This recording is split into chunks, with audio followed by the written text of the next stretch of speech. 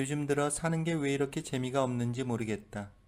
집에 가면 마누라가 잔소리만 하고 자식들은 하나같이 애비 마음 몰라주고 이렇듯 60대 가장인 내가 70을 바라보는 나이에 삶의 돌파구가 필요했다. 나이는 자꾸 더 먹어가고 반복되는 생활 속에 이렇게 사는 게 너무나도 허무했고 재미도 없는 하루하루의 연속이라고 느껴졌으니 말이다. 그런 내가 우연히 묻지 마세요 관광버스에 대한 이야기를 들었고 나도 한 번쯤은 경험해보고 싶다는 생각이 들었다. 어차피 요새는 마누라와 각방까지 쓰며 지내는 부부 사이인데 묻지마 관광버스 정도는 한 번쯤 타봐도 되지 않을까 생각했다. 난 중년들 혹은 노년들의 묻지마 관광 모임을 자주 주최하는 인터넷 카페가 있는 산악회에 가입을 했고 정모도 가끔 나가며 오프라인에서의 모임에도 조금씩 참석했다. 드디어 산악회에서 묻지마 관광 떠난다는 공지가 나왔고 우리 산악회는 남자 회원들이 주를 이루기 때문에 남자 회원들 대부분은 참석을 하기로 했다. 거기에 이번엔 나도 포함이 된 것이다. 드디어 등산복을 갖춰 입고서 들뜬 마음으로 묻지마 관광버스를 타러 집을 나섰다. 어느덧 모이기로 한 장소에 회원들이 하나둘씩 모인다. 난 그쪽으로 다가가 회원들과 인사를 나누니 이번 모임을 주도했던 카페지기가 내게 한마디 한다. 이번에 처음 참가하시는 거 아니냐며 뭐 알아서 잘 하시겠지만 어렵게 생각하지 마시고 자기들처럼 재밌게 놀며 좋은 시간 가지라고 말을 한다. 난 알았다고 했고 이 나이에 이게 뭐라고 처음이라서 그런지 조금씩 설레기 시작했다. 그렇게 한 15분가량을 그곳에서 서성이듯 대기하고 있었는데 회원 한 명이 갑자기 온다 온다 그러며 소리를 낸다. 그랬더니 모두가 일제히 관광버스가 오는 쪽을 바라봤다. 나도 조금씩 심장 박동수가 빨라지기 시작한다. 드디어 관광버스 한 대가 우리 쪽을 향해 도착했고 버스 문이 열렸다. 카페지기가 우리 보고 어서들 타라고 말하자 한 명씩 버스에 올랐다. 버스에 오르자마자 버스 입구에 서 있던 한 아줌마가 한 명씩 번호표를 준다. 그러면서 받은 번호표대로 앉으라고 하는 것이다. 드디어 나도 버스에 올랐고 번호표를 펼쳤는데 16번이었다. 조금씩 버스 안쪽으로 들어가서 번호를 확인하고 있었는데 아줌마들이 내가 지나갈 때마다 나를 유심히 쳐다본다.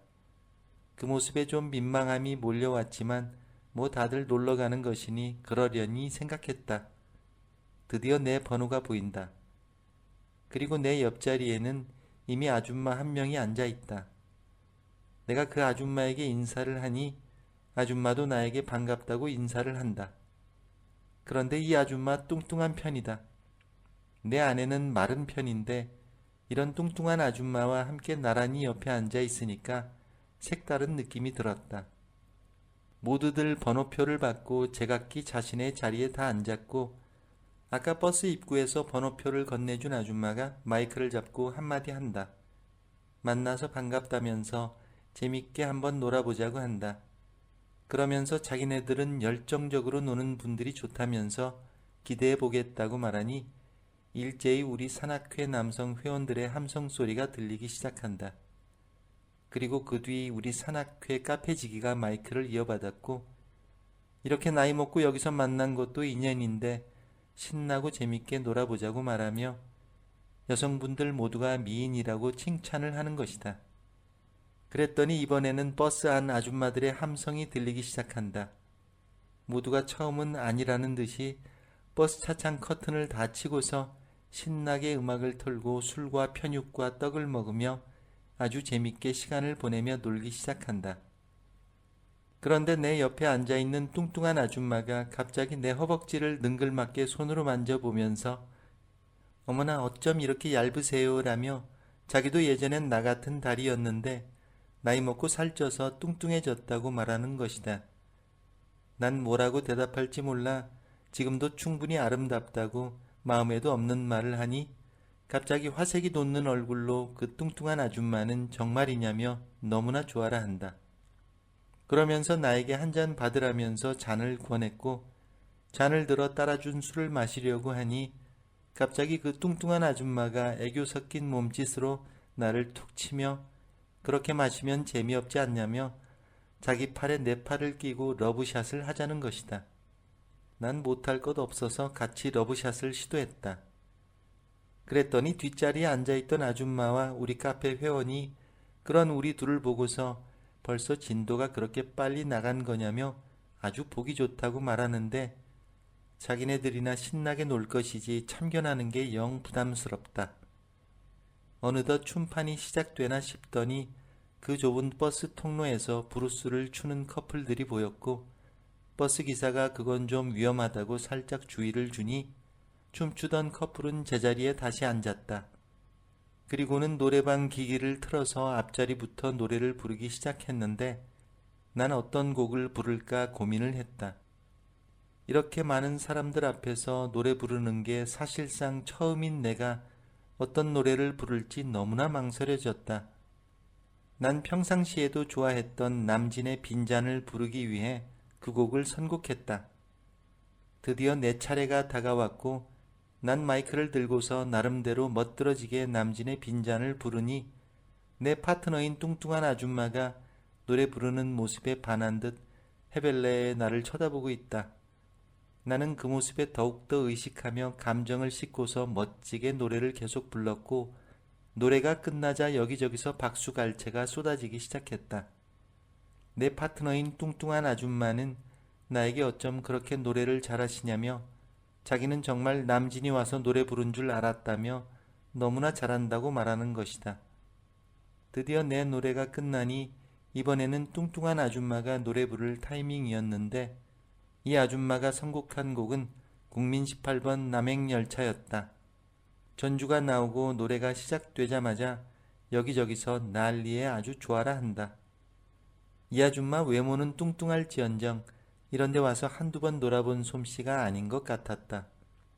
그래서 그런가 왠지 모르게 호기심이 발동한 나는 노래가 끝나자 이 아줌마에게 하나씩 물어보려고 마음을 먹었다. 어디 사시냐고 물어보자 말할 수 없다고 한다. 그럼 나이는 어떻게 되냐고 묻자 그것도 말할 수 없다고 한다. 그래서 난 마지막으로 그럼 묻지마 관광버스 타본 게 오늘로써 몇 번째냐고 말하니 그건 말할 수 있다면서 오늘이 바로 7번째라고 하는데 역시 고수의 삘이 느껴졌다. 그 말이 끝나자마자 뚱뚱한 아줌마가 나에게 그러는 사장님은 오늘이 몇 번째 타신 거냐고 물었고 나는 왠지 오늘이 처음이라고 말하면 창피할 것 같아서 이번이 3번째라고 거짓말을 했다. 그랬더니 이 아줌마가 갑자기 내 팔을 툭 치면서 어쩐지 그럴 것 같았다면서 아까 노래 부르는 것도 그렇고 얼굴도 반반하시니 이런데 처음 올 분은 아닌 것 같다고 말한다. 그 말을 들으니 거짓말하기 잘했단 생각이 들었다.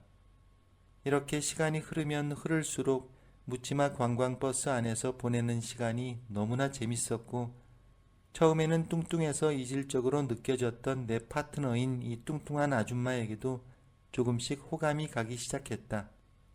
따지고 보면 여자인데도 나무 토막 같은 마누라보다 이렇게 성격 좋고 잘 노는 이 아줌마가 더 마음이 가는 건 어쩔 수 없었다. 드디어 목적지에 도착했다.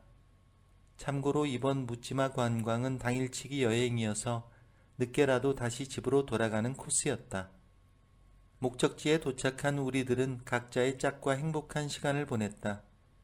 나 역시도 이 뚱뚱한 아줌마와 함께 시간을 보냈는데 서로가 마음에 정말 들어서 그런 건지 아니면 여기서 제대로 놀기 원해서인지 그 목적이 어찌 됐든 우리는 지금이 너무나 행복했다.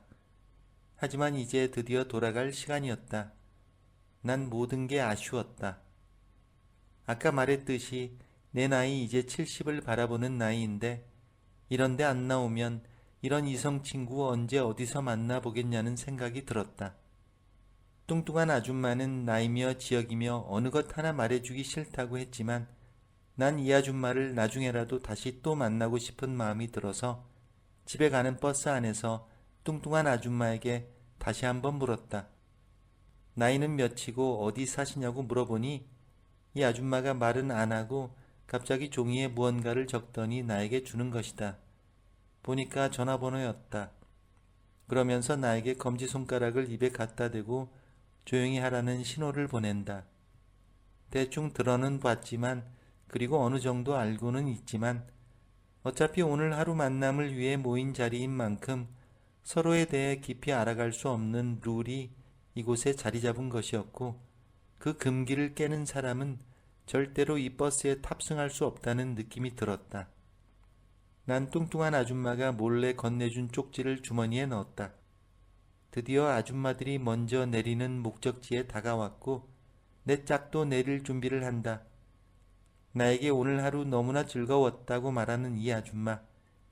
나 역시도 결혼하고 나서 이런 설렘을 안겨다 준 건 처음인 것 같다는 생각이 든다. 그리고 그런 설렘을 정말 오랜만에 느껴본 나다. 그렇게 아쉽고도 아쉽게 우리는 비록 헤어졌지만 그래도 받은 쪽지가 있어 다행이라 생각했다. 난 집에 돌아와서도 그 뚱뚱한 아줌마가 자꾸만 생각이 났다. 난 나도 모르게 그 아줌마가 건네준 쪽지를 펼쳐보며 입가에 미소를 지었고 날 밝으면 바로 연락해봐야겠다는 생각을 했다. 그리고 다음날 설레는 마음과 함께 쪽지를 보며 뚱뚱한 아줌마의 전화번호를 하나씩 하나씩 누르기 시작했다. 신호가 울리기 시작한다. 드디어 누군가 전화를 받았다. 여보세요? 하는 그 여자의 목소리가 들린다.